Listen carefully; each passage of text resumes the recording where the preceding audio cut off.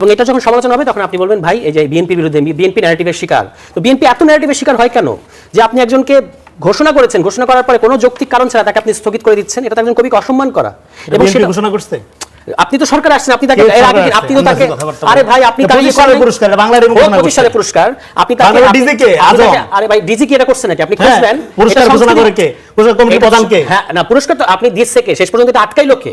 আটকাইলো Bangla academy. No, আপনি জানেন আগে আমি জানি, আমি বাংলা সংস্কৃতি মন্ত্রীর সাথে কথা বলছি, আমি ফারুকের সাথে আমি কথা বলছি। এটা ফারুকই হন সংস্কৃতি মন্ত্রী না, আপনি এই ঘটনা জানার জন্য ফারুকের সাথে কথা বলছি, সংস্কৃতি মন্ত্রীর সাথে কথা বলছি। কিন্তু আচ্ছা আমি শেষ করি। সেটা হলো যে আপনার পরে আমি ডিটেইল বলতেছি। এই তো আগে মহড়াও হইছে আগের দিন যে ওই কিভাবে পুরস্কার দিতে হবে ইত্যাদি।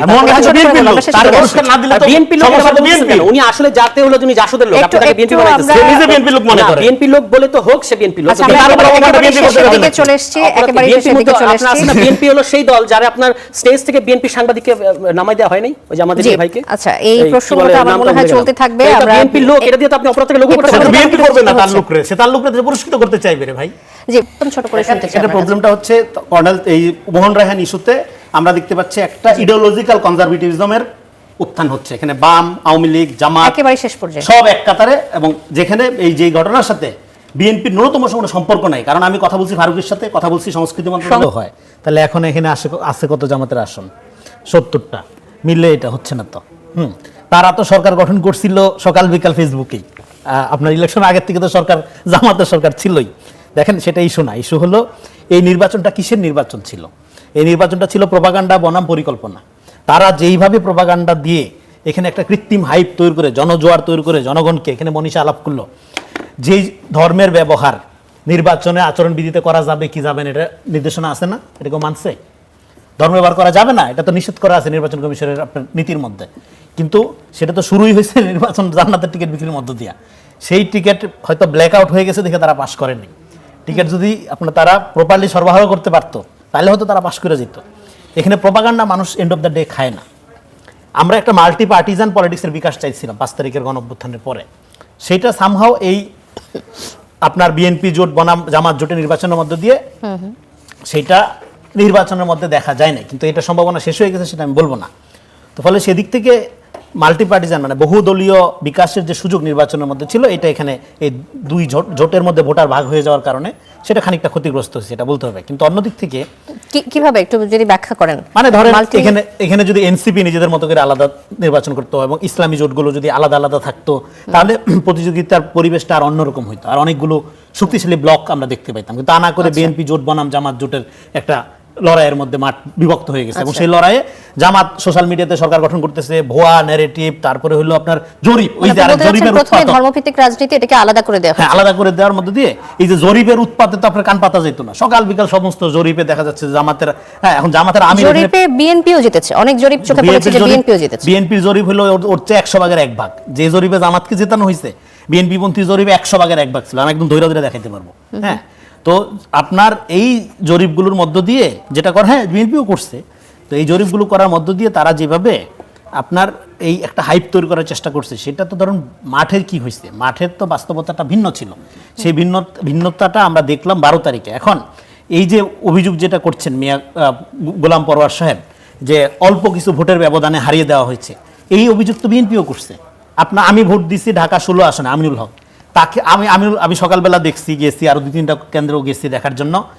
তো 12টা 1টা পর্যন্ত মনে হচ্ছিল এখানে আমিনুল হক হয়তো বিপুল ভোটের ব্যবধানে জিতবে। পরে দেখা গেল না, সে 2500-3000 ভোটের ব্যবধানে হেরে গেছে।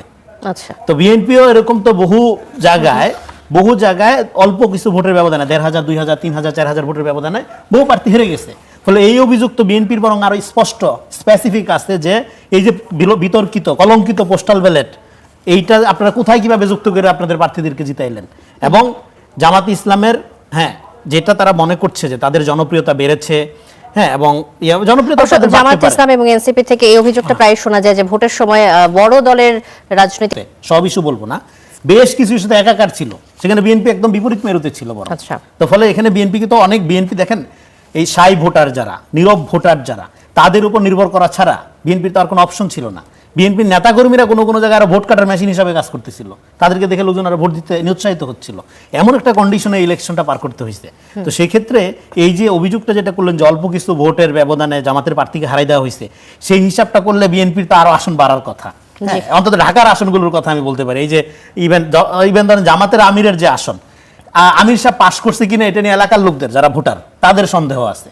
আমি কিছু বলবো না, আমি বললে বলবো যে লোক খারাপ, হ্যাঁ শুধু সমালোচনা করে। তো আমি বলতেছি এলাকার ভোটারদের সন্দেহ আছে। তো আবার আমি 16 আসনের ব্যাপারে বলতে পারি, আমিনুল হক যেই ভোটের ব্যবধানে জেতার কথা, যেহেতু আমি ওই এলাকার বাসিন্দা, ওইখানে আমাদের এই জামাত ইসলামের যিনি এই শ্রদ্ধেয় জামাত আমির পাস করেছেন কিনা এই যে আপনি আশঙ্কার কথা বললেন, এটা এলাকার লোকের কথা বলেন, জেতার প্রসঙ্গটি তুলেছেন তিনি, যে মানুষের মধ্যে ধারণা, সেই এলাকার ধারণা, সেটি উল্লেখ করছিলেন। এই প্রসঙ্গে কিছু বলার আছে কিনা? কয়েকটা জিনিস, একটা হলো ধর্মের ব্যবহার। ধর্মের ব্যবহার কে করে নাই? বিএনপির আমি অসংখ্য নেতার আপনাকে ভিডিও বক্তব্য শোনাতে পারবো। বেগম খালেদা জিয়ার নাম নিলে অজু করতে হবে, এবার বিএনপিকে ভোট দিলে আপনারা বেহেশতে যাবেন, এরকম অসংখ্য কথা বিএনপির তরফ থেকে বলা হয়েছে, স্থানীয় পর্যায় থেকে। ঠিক আছে, হুমকি দেওয়া হয়েছে যেমন, একইভাবে তারাও যথাসাধ্য ধর্মের, কিংবা আমরা হচ্ছে অমুক পীর আউলিয়ার বংশ, এগুলো সোশ্যাল মিডিয়ায় অসংখ্য ক্লিপ আছে। তো জামায়াত ইসলামী যেহেতু নামের সাথে ইসলামী আছে, তারা তো কিছুটা হয়তো মনেই করে যে আমরা একটু ইসলামের নাম নিতে পারবো। বিএনপি কেন করলো তা আমরা বলতে পারি না। তো বিএনপির তরফ থেকে এটা এসছে, একতরফা অভিযোগ করলে হবে না। এটা হলো 1 নম্বর বিষয়। দ্বিতীয় বিষয় হচ্ছে এই যে গুঞ্জন, এটা মানুষজন গুঞ্জন করছে যে জামায়াতের আমির সাহেব আসলে জিতেছেন কিনা ইত্যাদি। তো এটা কিন্তু আনফর্চুনেটলি ঢাকা 17 ব্যাপারেও এই গুঞ্জন আছে, যে ওখানে যিনি আমাদের এই মুহূর্তে মাননীয় প্রধানমন্ত্রী, তিনি ওই আসনে জামায়াতের প্রার্থীর সাথে জামায়াতের তরফ থেকে, এবং কিছু কিছু ওই আসনের কিছু ব্যক্তিরাও কিন্তু মনে করে যে 4000 ইট ইজ ভেরি ক্লোজ, তো এখানে কোনো ইঞ্জিনিয়ারিং করা হয়েছে কিনা এই অভিযোগ আছে। তো এগুলো অভিযোগ থাকবে, গুঞ্জন থাকবে, আমরা একেবারে প্রমাণ ছাড়া এগুলো নিয়ে কথা না বলাটাই ভালো হবে। আমি এবার আসি প্রোপাগান্ডার প্ল্যানে। বিএনপি প্রোপাগান্ডা করে নাই এই ইলেকশনে, কত উদাহরণ লাগবে? অসংখ্য প্রোপাগান্ডা তারা স্থানীয় এবং তাদের অনলাইনে করেছে। হয়তো দেখা যাবে যে জামায়াত এই ক্ষেত্রে যতটা জামায়াতের যেটা বলা হয় যে জামায়াতের বটবাহিনী, তারা যতটা অর্গানাইজ হয়তো বিএনপির কমান্ড হয়তো ততটা অর্গানাইজ না, ফলে সবাই তার যার মতো কাজ করার চেষ্টা করেছে। এখন আসেন যে যেটা ইলেকশনের মূল আলোচনা, প্ল্যান, পরিকল্পনা। বিএনপির পরিকল্পনা কি, আমরা কি দেখতে পাচ্ছি? ইলেকশনের সময় আমরা আমাদের মাননীয় প্রধানমন্ত্রীকে বলতে শুনলাম যে we have a plan, by have a plan. এখন আমরা কি দেখতে পাচ্ছি? কি প্ল্যান? প্ল্যান হচ্ছে মব সৃষ্টি করে বাংলাদেশ ব্যাংকে একজন দলীয় ব্যবসায়ীকে, যিনি বিএনপির নির্বাচন পরিচালনা কমিটির একজন সদস্য ছিলেন। এটা তো সিরিয়াস কনফ্লিক্ট অফ ইন্টারেস্ট, শুধু আমরা বলতেছি না, এটা যারা বাংলাদেশ ব্যাংক সহ ব্যাংকিং খাত সম্পর্কে যারা বিশেষজ্ঞ, তাদের মন্তব্য হচ্ছে এখানে তো সিরিয়াস কনফ্লিক্ট অফ ইন্টারেস্ট আছে, যার লোন ডিফল্ট আছে, যিনি একজন ঋণ খেলাপি, সেই ঋণ খেলাপিকে আপনি বাংলাদেশ ব্যাংকে বসিয়েছেন। টিআইবি বলছে যে নতুন গভর্নর আগে ঋণ খেলাপি ছিলেন, কিন্তু ঋণ খেলাপি হলেই কি তাকে অযোগ্য বলা যায় কিনা, এটা একটা প্রশ্ন থেকে, কারণ বাংলাদেশ আর হ্যাঁ শিডিউল করা হয়েছে যে 10 বছরের জন্য ঋণ খেলাপি বললে একটু কারাপশন হয়, ঋণ খেলাপি বলে একটু কারাপশন, আমরা বলতে পারি যে টিআইবি বলছে রিস্কেডিউল করেছে। টিআইবির তথ্য মতে এখন 10 বছরের জন্য তাকে সময় দেওয়া হয়েছে, এই বিষয়টিও তো এখনো সেটেলড না। আপনি একটা ফ্যাক্টরি চালান, সেই ফ্যাক্টরিতে একটা গার্মেন্টস ফ্যাক্টরি, আপনি জানেন যারা গার্মেন্টস ফ্যাক্টরি তাদের সাথে কথা বলে আপনি বুঝতে পারবেন এটা খুব সহজ একটা বিষয়। সেই একটা ফ্যাক্টরিতে আপনাকে ঋণ নিয়ে সেই ঋণের আবার খেলাফ করতে হয়েছে, তাকে আপনি দিয়েছেন বাংলাদেশ ব্যাংকে। বাংলাদেশ ব্যাংক কোন প্রতিষ্ঠান? এটা একটা নর্মাল কোনো ব্যাংকিং প্রতিষ্ঠান, এটা টোটাল এন্টায়ার ইকোনমি ডিপেন্ড করে এই প্রতিষ্ঠানটার উপরে। এবং এখানে এর আগে যিনি ছিলেন তাকে সরিয়ে দেওয়াটা বা তাকে এখানে একজন নতুন কাউকে বসানোটা কিন্তু সমস্যা না, যে প্রক্রিয়ায় তাকে সরানো হয়েছে এরকম একজন, আমি এই প্রসঙ্গে আসছি, এরকম একজন, আমি একটু শেষ করি, পয়েন্টটা মেক করি তাহলে বুঝতে হবে। তো আমরা কি দেখলাম? এরকম একজন, আপনি প্রথম কথা হচ্ছে যিনি আপনার দলের নির্বাচন পরিচালনা কমিটির সদস্য ছিলেন, যিনি ঋণ খেলাপি বললে খারাপ শোনায়, ঋণ রিস্কেডিউল করা হয়েছে যার ক্ষেত্রে, তাকে আপনি দিয়েছেন। এবং তৃতীয় কথা হচ্ছে যে সেখানে আজকে আমরা দেখলাম, কালকে আপনি নিয়োগ দিলেন, আজকে আমরা দেখলাম যে বিএনপি দলের লোকজন, এই যে যুব দলের নয়ন মহানগরের বাংলাদেশ ব্যাংকে ঘুরঘুর করছে। ফলে মানুষের কাছে কি মেসেজ যাচ্ছে? যে আপনি একটা প্রতিষ্ঠানকে পুরোপুরি দলীয়করণ করেছেন, যেটা আপনার নির্বাচনী ইশতেহারের সুস্পষ্ট লঙ্ঘন। এই কথাটাও টিআইবি বলেছে যে আর্থিক খাতে স্বচ্ছতা আনা, ব্যাংকিং খাতে স্বচ্ছতা আনা, এটা কিন্তু বিএনপির একটা ইলেকশনের কমিটমেন্ট, আপনার প্ল্যান। তো আপনি প্ল্যানের সেটা কি করলেন? সেই মোতাবেক আপনি সেই মোতাবেক করলেন না। এর পাশাপাশি 6টা সিটি কর্পোরেশনে আপনি দলীয় লোক নিয়োগ দিলেন, প্রশাসক, ইন্টারিম সরকার সিটি কর্পোরেশনের প্রশাসক নিয়োগ দেওয়ার পরে বিএনপি সবচেয়ে বেশি এটা নিয়ে সমালোচনা করেছে। আজকে আপনি 6 জন, কোন 6 জন? যারা আপনার মনোনয়ন বঞ্চিত, যাদেরকে আপনি মনোনয়ন দিতে পারেন না, তাহলে আপনি কি প্রাইস পোস্টিং করলেন এখানে? এটাই কি প্ল্যান? এই প্রশ্নগুলো কিন্তু জনগণের মধ্যে উঠছে, আমরা হয়তো এগুলো নিয়ে আরো আলোচনা করবো সামনে। জি সারওয়ার তুষার, আমি মনীষা চক্রবর্তী আপনার কাছে আসতে চাই। যে গভর্নরের প্রসঙ্গটি উঠলো, সদ্য বিদায় গভর্নর ডক্টর আহসানুল মনসুর বাংলাদেশ ব্যাংকের দায়িত্ব গ্রহণের পর থেকে ডলার সংকট, বৈদেশিক মুদ্রা এবং ঋণ শৃঙ্খলা নিয়ে বিভিন্ন পদক্ষেপ গ্রহণ করেছেন। মইনুল ইসলাম, অর্থনীতিবিদ মইনুল ইসলাম এটি মন্তব্য করেছেন এই প্রসঙ্গে যে এস আলম গ্রুপ ইসলামী ব্যাংক থেকে লুট করে নিয়ে গেছে 70,000 কোটি টাকা। সাবেক ভূমিমন্ত্রী সাইফুজ্জামান লুটে নিয়েছেন ইউনাইটেড কমার্শিয়াল ব্যাংক। শেখ হাসিনার উপদেষ্টা সালমান এফ রহমানের প্রতিষ্ঠান বেক্সিমকো বিভিন্ন ব্যাংকে খেলাপি ঋণ রেখে গেছে হাজার কোটি টাকার বেশি, এর বড় অংশ বিদেশে পাচার হয়ে গেছে, সেটি ফিরিয়ে নিয়ে আনার চেষ্টা করছিলেন ডক্টর মনসুর। ডক্টর মনসুরের এই যে হঠাৎ করে এমন বিদায় এবং তাকে যে অসম্মানজনকভাবে বিদায় দেওয়া হলো, এটিকে আপনি কিভাবে দেখেন? এই নতুন সরকারের পদক্ষেপগুলোর মধ্যে প্রথম পদক্ষেপেই কি একটু ভুল হয়ে গেল কিনা?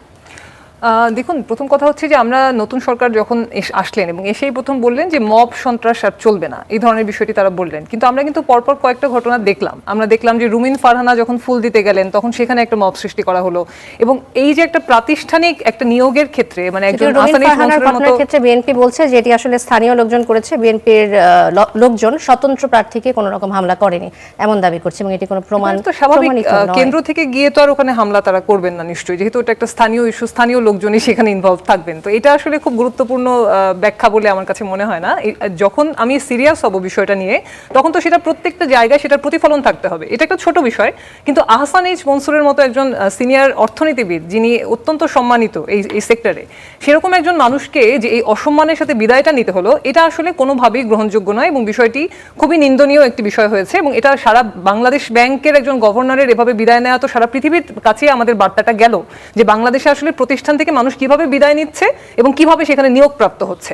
এবং এখানে তার বিদায়ের সাথে সাথে যে প্রসঙ্গটি চলে আসে যে যিনি নিয়োগপ্রাপ্ত হলেন, দেখেন এই সংসদে 50%-এর বেশি হচ্ছে ঋণগ্রস্ত এখানে যারা ব্যবসায়ীরা আছেন, এবং 60%-এর বেশি হচ্ছেন ব্যবসায়ী। এই যে সংসদটি গঠিত হয়েছে, মন্ত্রিসভার সবাই হচ্ছেন কোটিপতি। তাহলে এই যে একটা সংসদ আমরা পেয়েছি, তাহলে সেই সংসদ আসলো এবং সাথে সাথে এমন একজন গভর্নর নিয়োগ হলেন বাংলাদেশ ব্যাংকে, যিনি কিছুদিন আগেই তার গার্মেন্টসের জন্য একটা ঋণ রিস্কেডিউল করেছেন। অর্থাৎ এই ধরনের ফিল্ডে কিভাবে ঋণ রিস্কেডিউল করতে হয় এটা তার কিন্তু নিজের ব্যক্তিগত অভিজ্ঞতা নিয়েই কিন্তু তিনি এখানে আসছেন। ফলে আমরা দক্ষিণ এশিয়ার মধ্যেও এখন এই সমস্ত কম্প্যারিজন অনলাইনে পাওয়া যাচ্ছে যে সব জায়গাতেই কিন্তু খুবই রিনাউন অর্থনীতিবিদরাই হচ্ছে বা তাদের সেন্ট্রাল ব্যাংকের গভর্নর হিসেবে নিযুক্ত হচ্ছেন। তাহলে এই সরকার যখন আসলেন, অর্থনীতির খুবই গুরুত্বপূর্ণ একটা জায়গা হচ্ছে কেন্দ্রীয় ব্যাংক। সেই ব্যাংক হচ্ছে ঋণ খেলাপি, আমরা তো পাচার করা টাকা ফিরিয়ে নিয়ে আসার কথা বলছি। ঋণ খেলাপিদেরকে তো অবশ্যই আমরা সেখানে মনেই করি তাদেরকে লায়াবল করা দরকার, কিন্তু যদি তার একটা ব্যক্তিগত এরকম অভিজ্ঞতা থাকে, সেটা কিন্তু আমরা মনে করি যে তার নিয়োগটাকে আসলে আরো প্রশ্নবিদ্ধ করে। এবং তার একই সাথে যেভাবে আহসান এইচ মনসুরকে যেভাবে বিদায় দেওয়া হয়েছে, আমরা মনে করি এটা অসম্মানজনক, নিন্দনীয়, এবং এটা কোনোভাবে একটা প্রাতিষ্ঠানিক প্রক্রিয়া হতে পারে না। ধন্যবাদ মনীষা চক্রবর্তী। রনি, রেজাউল করিম রনি, আমি আপনার কাছে আসতে চাই একই প্রসঙ্গে, যে গভর্নরকে যেভাবে বিদায় দেওয়া হলো এবং একজন ব্যবসায়ীকে রিপ্লেস করা হলো, এই বিষয়টিকে আপনি কিভাবে দেখেন? বিভিন্ন মহল থেকে বলা হচ্ছে যে একজন ব্যবসায়ী যার ব্যাকগ্রাউন্ড আসলে গভর্নরের সাথে ম্যাচ করে কিনা, আপনার কি মনে হয় যে খুব অন্যায় হয়েছে? জি জি, খুব অন্যায় হয়েছে। উচিত ছিল জামাত ইসলামের একজন লোককে গভর্নর বানানো। এটা না করাতে নিরপেক্ষতা ক্ষুণ্ণ হয়েছে আমি মনে করি, according to social media narrative. এখানে যা আলোচনা আপনি শুনলাম এটা ন্যারেটিভ। ফ্যাক্টস হইল বিএনপি 2/3 মেজরিটি নিয়ে ক্ষমতায় আসছে, একটা পদে তার একটা লোককে সে নিয়োগ দিবে, তার জন্য তার মপ করতে হবে কেন? যে কোনো প্রতিষ্ঠানে এখন বিএনপি যদি তার লোককে নিয়োগ দেয়, এই যে ধরেন সিটি কর্পোরেশনের 6 জনকে নিয়োগ দিচ্ছে, আহসান এইচ মনসুরের যেভাবে বিদায়টা হলো, এটা কি মব বলছেন কিনা? সেই যে 6টা সিটি কর্পোরেশনের নিয়োগ হলো এবং সেখানে অনেক পাওয়ারফুল লোকজনও ছিল বিগত আমলের, তো সেইখানে একটা মবও করতে হলো না। আরও বিভিন্ন গুরুত্বপূর্ণ পদে পদায়ন করার জন্য কোথাও কোনো মব করতে হলো না। হ্যাঁ, মব ছাড়াই বিএনপি, এটা একটা সরকার ক্ষমতায় আসলে এটা সারা পৃথিবীতেই, ইউরোপ আমেরিকা যেখানে দেখবেন যে তারা তাদের মতো করে প্রশাসন সেট আপ দেয়, কারণ ওই দলের যে প্ল্যান পরিকল্পনা, তার যে এজেন্ডা, এটা সে বাস্তবায়ন করার জন্য যেই লোকগুলোকে জরুরি মনে করে পোস্ট করে, আপনি কি বলতে চাচ্ছেন doctor Ahsan H Mansur governor হিসেবে যোগ্য ছিলেন না? অবশ্যই যোগ্য ছিলেন ইন্টারিমের জন্য, ওই সময় উনি গুরুত্বপূর্ণ ভূমিকা পালন করছেন। হ্যাঁ, বিএনপির যে প্ল্যান পরিকল্পনা সে যোগ্য না, এই জন্য তাকে নাহলে তো পরিবর্তন করতো না তাকে। তার আমি এখানে ন্যারেটিভসটা আমি বোঝার চেষ্টা করি। আগের দিনও কিন্তু অর্থমন্ত্রীর সাথে উনি দেখা করেছেন, কথা বলেছেন, লম্বা সময় ধরে তারা আলাপ করেছেন। ফলে এরকম একটা গুরুত্বপূর্ণ পদে হুট করে সকালে মব হবে বিকালে চলে যাবে, এরকম হয় না। এটা আপনারা জানেন সাংবিধানিক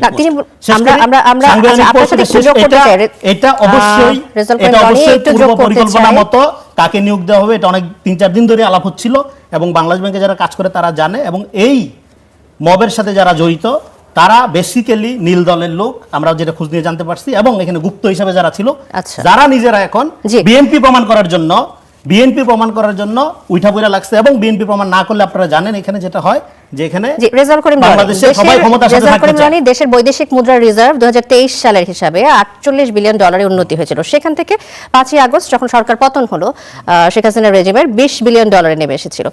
2024 সালের 5 আগস্ট $1 দাম বেড়ে দাঁড়িয়েছিল 125 টাকা। দেশের 61টি ব্যাংকের মধ্যে 11টি ব্যাংক দেউলিয়া হওয়ার দ্বারপ্রান্তে ছিল।